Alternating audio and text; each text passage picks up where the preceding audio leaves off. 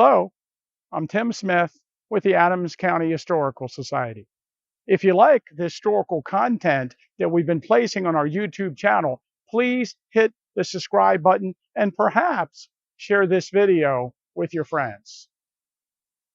A while back, a loyal viewer of this channel noted that I described something as one of my pet peeves. And then he asked if I would make a list of my pet peeves so that he could understand them concerning the battle.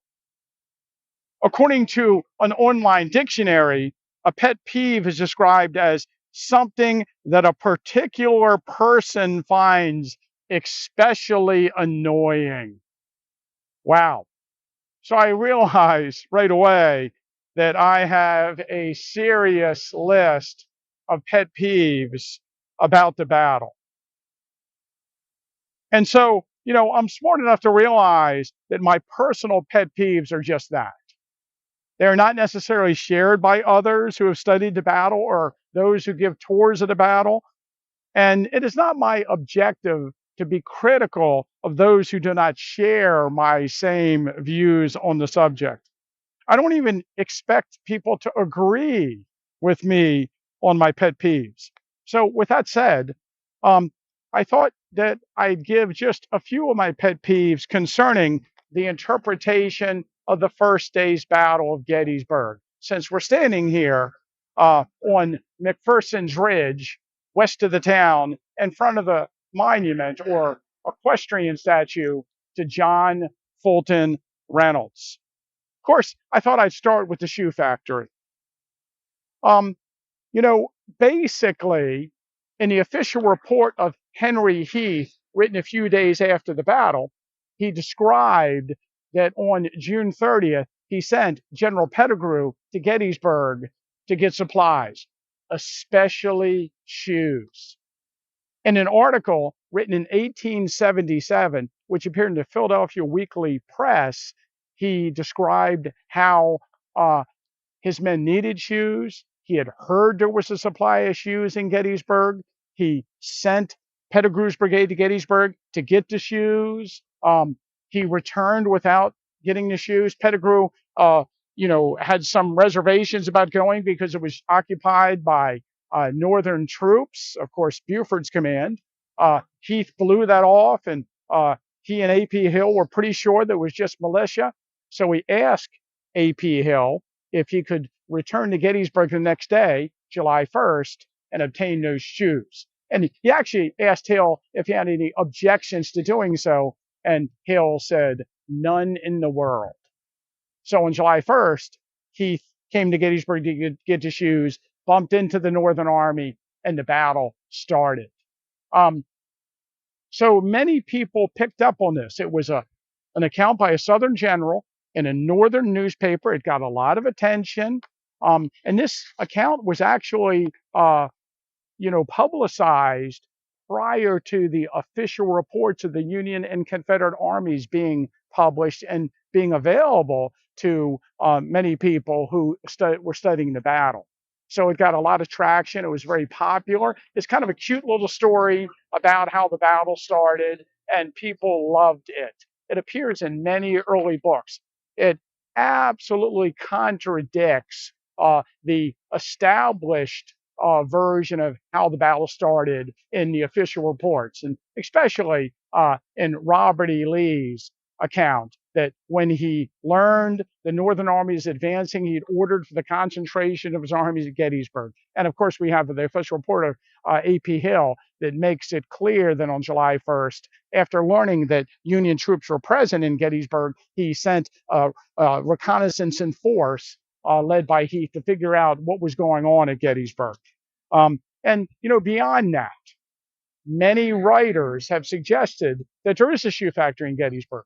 We know there was no shoe factory in Gettysburg. Dr. Charles Gladfelter, the former director of the Adams County Historical Society, he actually compared the number of cobblers in the town with other towns in the area.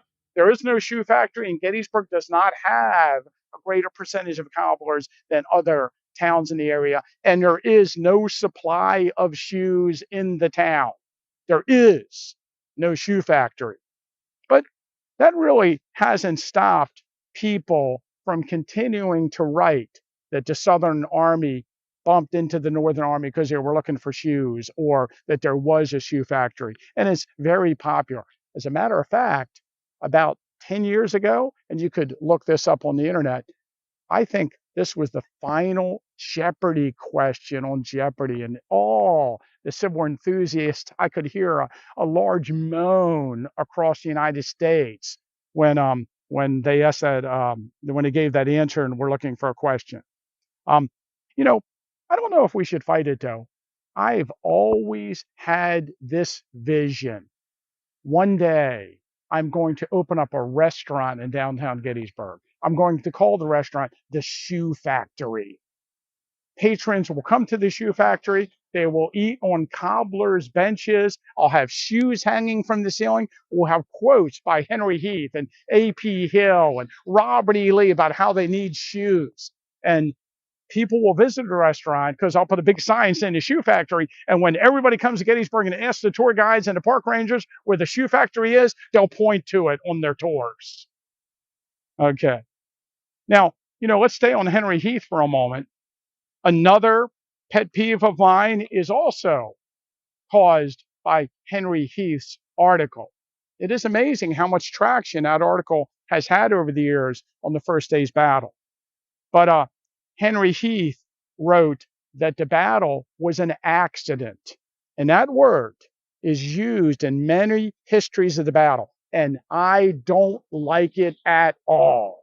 It gives the impression that the armies are wandering around over the Pennsylvania countryside and they accidentally bump into each other and a battle starts. Okay, the battle is an accident, except both armies are looking for each other with the express intent of destroying each other in battle. That doesn't sound like much of an accident to me. And certainly, that's the wrong word. It's a very poor choice of words, but it plays into Henry Heath's idea that he wasn't coming to Gettysburg on July 1st and, got entangled in the fight. He accidentally got into a battle while he was looking for shoes. Of course, the real reason the battle's fought here is because 10 roads intersect at Gettysburg. And as the troops are marching through this area, they could not avoid this road hub. And when you read the official reports in the correspondence of both armies prior to the battle, it's obvious that both armies are going to send troops to Gettysburg. And basically what happened is both armies ordered their advanced elements to Gettysburg without realizing the other one had also done so.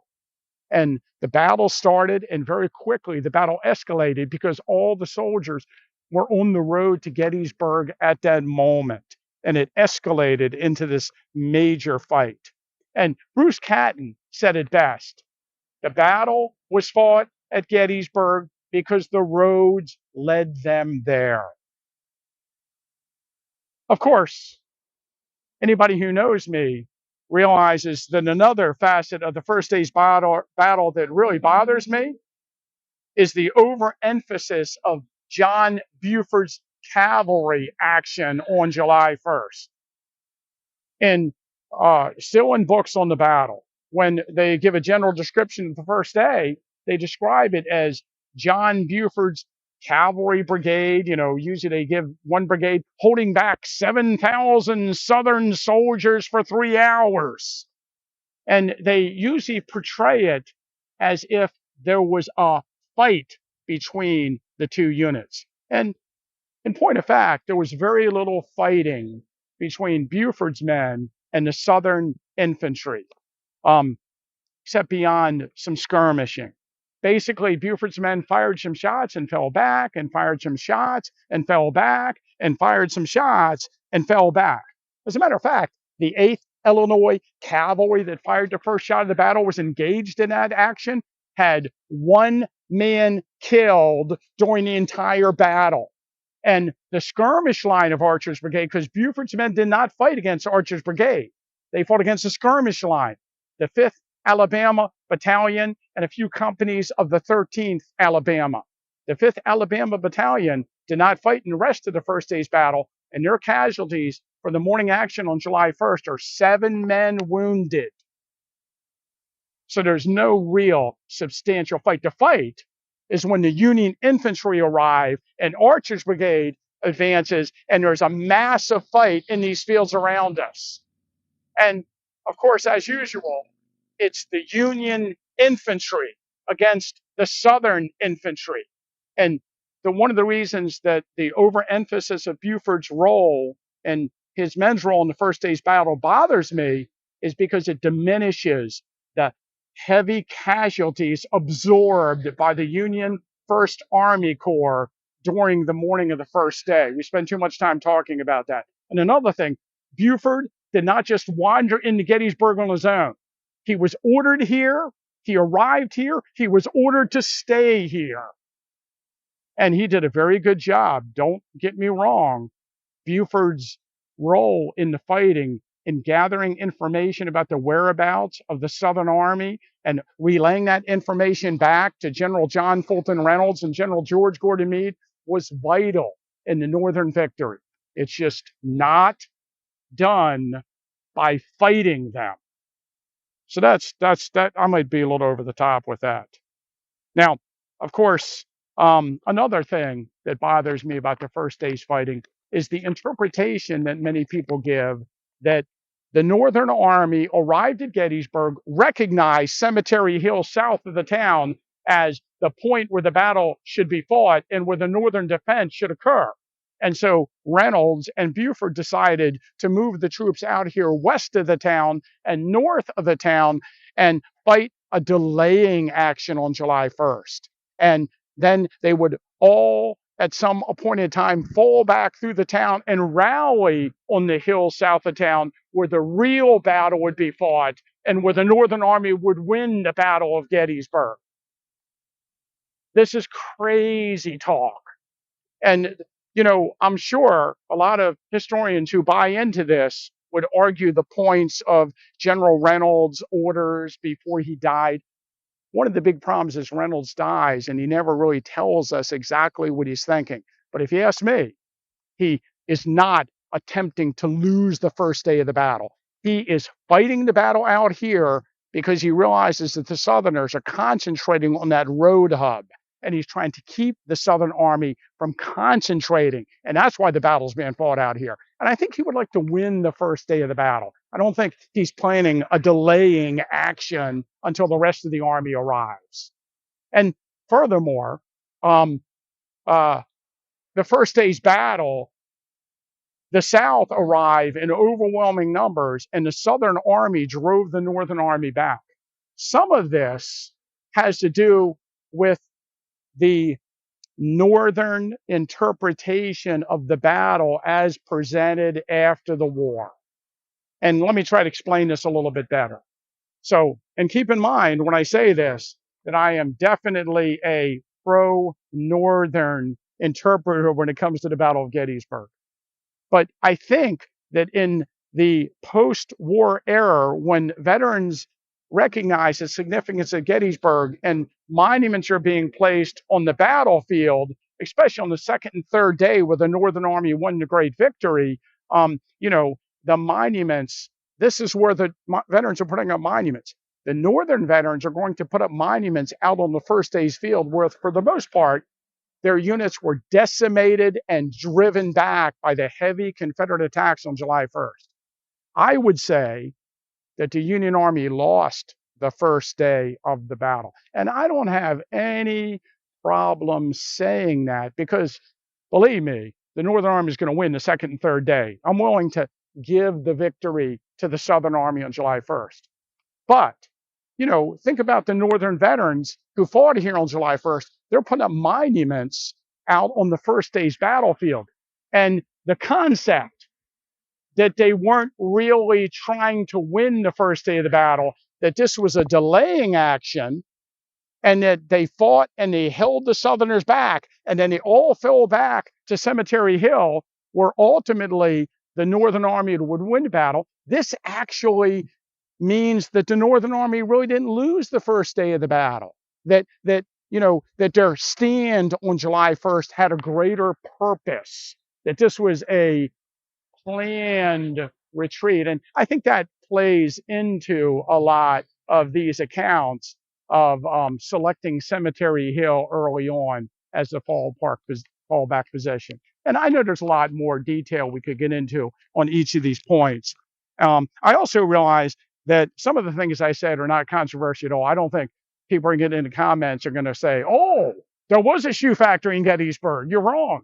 I realize that some of them are not controversial. And I also realize that there might be some argument over facets of, what General Reynolds said before he died about holding the streets of the town or anything like that. So I think at this point, we'd like you to put some comments, put some, of your thoughts in the comment section. And also, I'd really be curious about your pet peeves concerning the first day of the battle. And don't forget to hit the like and subscribe buttons.